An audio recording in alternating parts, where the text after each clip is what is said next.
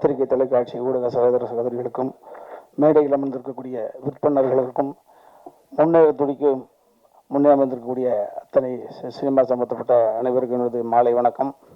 நான் அதில் பங்கு பெற்ற காரணத்தினால நிறையா காக்கைக்கு தன் குஞ்சு கோல்டு குஞ்சும்பாங்க. அது நான் இதை பற்றி அதிகமாக பேசுவதை விட இந்த படத்தை பார்த்தவர்கள் பார்த்துருப்பீங்க. சில வருடங்களுக்கு ஒரு முறை தான் சில நல்ல கதைகள் மாட்டோம். நான் அன்பு தம்பி நந்தாக்கிட்ட கூட சொன்னேன், இதே மாதிரி கதை இம்மிடியட்டாக மாட்டாதரா, அப்புறம் நினச்சதெல்லாம் கதை எழுதி போகிற சிலக்குட்டி அப்படி சொன்னேன்.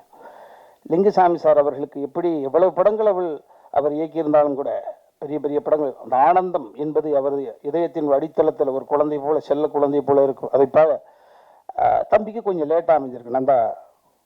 நந்தாவுக்கு லிங்குக்கு எப்படி ஆனந்தமோ அதை போல் தம்பி. ஏன்னா நான் அடிக்கடி சொல்லுவேன், ஒரு தெருவில் நடந்து போகிறோம், ஒரு நகை ஒன்று கிடக்குது, ஒரு 7.25 பவுனில் ஒரு நெக்லஸ்ஸு. பார்த்தவன் என்ன பண்ணுவான், சூப்பராக எடுத்து பிரச்சனைலாம் தீர்த்துருக்க வேண்டியதான். இல்லை இன்னொரு என்ன பண்ணுறான், ஐயோ யாரை பற்ற பிள்ளையோ பொம்பளை நெக்லஸ்லாம் பண்ணு தானே, ஐயோ தொலைச்ச பொண்ணு எங்கேயும் நின்று எந்த முட்டு சேர்ந்து அழுதுகிட்டு இருக்கோ, அது எப்படியாவது கொண்டு சேர்த்தப்படணும்டா அப்படின்னு தெருவாக கேட்டி 7.25 நெக்லஸ் தொலைச்சாங்களா. ஆனால் இவன் எப்படி தெரியுங்களா தம்பி, அதை அப்படியே பார்த்துட்டு அப்பா அந்த பக்கத்தில் போயிடக்கூடாதா அப்படி. இளநிக்குள்ளே இருக்கிற தண்ணி மாதிரி எழுதாத கவிதை மாதிரி அவன். ஒரு செட்டில் ஒரு பேர்வேர்டு மருந்துக்கு கூட பயன்படுத்தாதான் சார். அந்த முடியை சொல்றதுக்கு கூட ரோமத்தை நீவிட்டீங்களா அப்படின்னு கேட்பான். மதுரை சீவிட்டீங்களான்னு கூட கேட்க தெரியாது. அந்த மாதிரி ஒரு அற்புதமான இப்படியெல்லாம் நல்லவனா இருக்க முடியுது. ஆனால் இவன் நடிக்கிறானா என்னடா, நான் பதட்டத்தோடவே பழகிறேன். இதுதான் அவனுடைய முதல் ஃபர்ஸ்ட்டு பதட்டத்திலே பழகினேன். அப்போ நான் கனி எனக்கு முன்னால் நிறைய நாள் நடிச்சிருச்சு தம்பியோட அவரோட எடை போட்டு பார்க்குற பொழுது ஏன்னா கனி என்னால் செயற்கையாக முடியாது. அது எப்படி செயற்கை அடுத்தவன் காதலியை விட்டு அமெரிக்கா போனது மாதிரி செயற்கை வாழ முடியாது. அதனால பார்த்து இவ்வளவு அற்புதமாக இருக்கிறான். ஓஹோ, அப்போ இவ்வேற்பட்ட சிந்தனை கொண்டவன், நல்ல பாசிட்டிவ் தாட்ஸ் இருக்கக்கூடிய ஒரு பிள்ளை முரட்டுத்தனமான வெற்றிகளை குவிச்சு நேரம் ஒரு 7-8 வீடு வாங்கிட்டு ஒரு 5-6 வீடு வாடகைக்கு வர விட்டுருக்கலாமே. என்ன பிரச்சனைனா வாடகை வீட்டில் இருக்கானே, இங்கே பிரச்சனை இருக்கு அப்படி யோசிச்சு பார்க்குறப்ப தான் தெரியுது. இல்லை 24 கேரட்னா அப்படியே கொடுத்துடணுங்க, செம்பு கலந்துடக்கூடாது, குறியா இருந்தான். இந்த படத்தில் சரண் சார் அவர்கள் சொன்னதை போல எந்தெந்த இடத்தில் எந்தெந்த கதாபாத்திரம் இந்த கதையை நகர்த்துவதற்கு தேவையோ எங்களை போன்றவர்களையெல்லாம் அங்கே அடுக்கா கரெக்டாக வச்சுட்டு அந்த கமர்ஷியல் படமாக சொல்லணும்ல, பரிசுத்தமான கதை. அதை வெகுஜன மக்கள் குடும்பத்தோடு உறவோடு பார்ப்பதற்கு தகுதி கொண்ட ஒரு படமாக படிச்சிருக்காப்புல. கண்டென்ட் ஒண்ணுதான். ஹரிச்சந்திரன் நாடகத்தை பார்க்காமல் இருந்தால் காந்தியடிகள் நம்மளுக்கு கிடையாது. மல்லி கந்தசாமி முதலியார்னு ஒருத்தர் இருந்தார். அவரு தன் தந்தையுடைய இறப்புக்கு கூட மாறு வேஷத்துல தம்மு கடிச்சு போனார். இந்த உலகம் தன் சொந்த குடும்பத்தை வறுமையில் தள்ளிவிட்டு எத்தனை மகானுபாவம். 18வது வயசுல கம்யூனிஸ்ட் இயக்கத்தினுடைய தலைவர் தன் மகளை 18 வயசுல பார்க்கிறார். தலைமுறை வாழ்க்கை வாழ்ந்துட்டு கம்யூனிஸ்டத்தினுடைய அந்த இயக்கத்துக்கு போறாரு. மகளை பார்க்குற 2 பெண்ணு நிற்குது.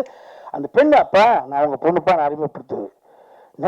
நிறைய பேர் அதை போல நீ நல்லவனா நடி. நான் நம்ம வாழ்க்கையில் என்ன, நான் இப்போ கடைசியாக இப்போ புரிஞ்சு நான் நல்லவனை சமீபமாக நம்ம நல்லவனை நடிக்க ஆரம்பிச்சிட்டேன். அப்போ தான் நல்லவனா ஆயிட முடியும்.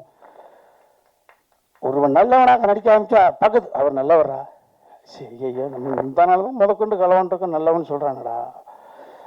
அந்த தெரு அது நல்லவர் வர்றாருங்க, ஐயோ இது எப்படி ஏற்றுக்கிறது, தகுதி இல்லாத ஒரு விஷயத்த நம்மகிட்ட கொடுக்குறாங்க, எப்படி ஏற்றுக்கிறது. நல்லவர் வர்றாருப்பா, நல்லவர் வர்றான்னா வீட்டுக்கு வர்ற பொழுது மனசு மாறியிருப்பான் அன்னையிலிருந்து. ஸோ நல்லவனாக நடிக்க ஆரம்பித்தாலே இந்த உலகம் நல்லவன் என்று சொல்ல ஆரம்பித்தாலே நல்லவனாக மாறி விடுவான். அதே போல தான் இந்த கதை, அற்புதமான கதை. இறையன்பு ஆமாம், அவர் பார்த்தீங்கன்னா இரட்டை தளத்தில் வெற்றி பெற்றவர், அரசு உத்தியோகத்தினுடைய உச்சபட்ச பதவி அனுபவிச்சவர், தலைமைச் செயலாளர். அதான் அதுக்கு மேலே என்ன கிடையாது, அதுக்கு மேலே சிஎம் தான். சிஎம் அப்படி உட்கார முடியாதுல்ல. ஸோ தலைமைச் செயலாளர் பதவி அனுபவிச்சுட்டு அடுத்த தலைமுறைக்கு அள்ளி புத்தகங்களை வாரி வரைச்சவர். அவர் பார்த்துட்டு அவர் தான் இந்த படத்தினுடைய மிகப்பெரிய ஒரு அளவுகோல் நான் சொல்லுவேன். மற்றவர்கள் கூட நட்புக்காக கூட 1-2 வார்த்தை யதார்த்தமாக எக்ஸ்ட்ரா பேசியிருக்கலாம், அவர் பேச வேண்டிய அவசியமே கிடையாது. பார்த்துட்டு என்கிட்ட பேசுறாரு, படைப்பு அற்புதமான படைப்பு. ஒரு வினோத சித்தத்தை பார்த்துட்டு வந்தவுடனே திருமாணிக்கு அப்படியே நிற்கிது. வினோத சித்தத்தை தம்பி சமுத்திரக்கனி அவர்கள் பக்கத்தில் தலைமைச் செயலாளர் வந்தாங்க. இந்த படத்தை பார்ப்பதுக்கு அழைச்சி வச்சிருந்தோம். அப்போ பார்த்துட்டு அவர் போயிட்டாரு, தலைமைச் செயலாளராக இருக்காரு. நாளைக்கு ஒரு அரசியல் சிக்கல் வந்துடக்கூடாது, அதிகார வர்க்கத்தில் பிரச்சனை வந்துருக்காக பதட்டத்தோட பயத்தோடு போறாரு. அவர் துணைவியார் வந்தாரு, அப்படியே சமுத்திரக்கனி பிடிச்சு, என் கணவரை என் பக்கத்தில் 2 மணி நேரம் உட்கார வச்சுட்டீங்க, ரொம்ப மகிழ்ச்சி. என் புருஷனை என் பக்கத்தில் 2 மணி நேரம் உட்கார வச்சிட்டீங்க, ரொம்ப மகிழ்ச்சி. போதுங்க, மனப்பாடம் ஆயிடுச்சுங்க எங்களுக்கு டயலாக் இந்த மாதிரி.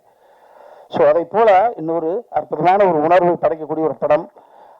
நான் அடிக்கடி சொல்லுவேன், கதை என்பது பண்ணிடலாம், அந்த கதையை யார் ஏற்று நடிப்பார், அந்த கதையோடு ஒன்றுவதற்கு தகுதி கொண்ட ரியல் இமேஜ் கொண்டவர் வேணும். ஸோ இந்த திருமாணிக்கத்தை நீங்கள் நிச்சயமாக சொல்லுங்க, வேறு யாரோட போய் ஒட்டி பார்த்தாலும் ஒத்துக்க மாட்டாங்க.